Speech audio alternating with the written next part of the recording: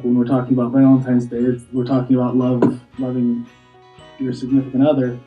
And for me, it's about having somebody that you can't live without. Somebody that is your best friend, and somebody that you will do anything for, and they will return that.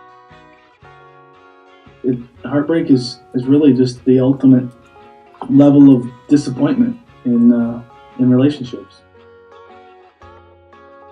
It is hard to date in rural Iowa for all of us that are farming and are not in a large metropolitan area. I mean, it's hard for everybody. Let's be honest. It's one of the toughest things in life for all of us to find that perfect person. But logistically, it's just a fact. I mean, it's harder for me to date. I mean, I can remember before the Bachelor world, I used to be on Tinder and Match and all those things. And you know, when I search on Tinder, I'd swipe and I'd have to.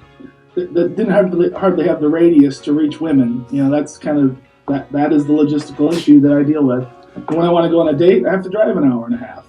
You know, to go on a date. That's a huge investment in my time, and it's a risk. You know, you go on a first date, you don't know if you're going to want to do that again or not. So it's hard, and I work hard. I'm a busy person, and as most farmers are, we work very hard. Most people my age live in a and work hard and strive for goals in their career. And so combining all those things, it just makes it very, very difficult. So going on The Bachelor was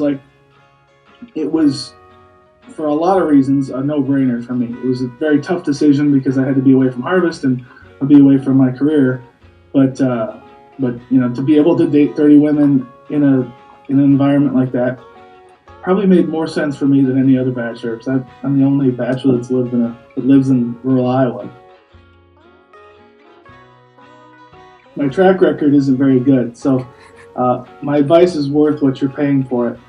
However, you know, I think one thing that I've prioritized, and I think my sisters and my family have all stood behind me, is not settling for anything but, you know, your soulmate, and being patient in finding the right person is important, because you see a lot of relationships where people may have sort of jumped into something that they didn't put a lot of thought into, and it ends in divorce or ends badly. And that's why I'm still single, because I'm not willing to settle and hopeful to find a soulmate, and that's really hard to find, but it's worth waiting for.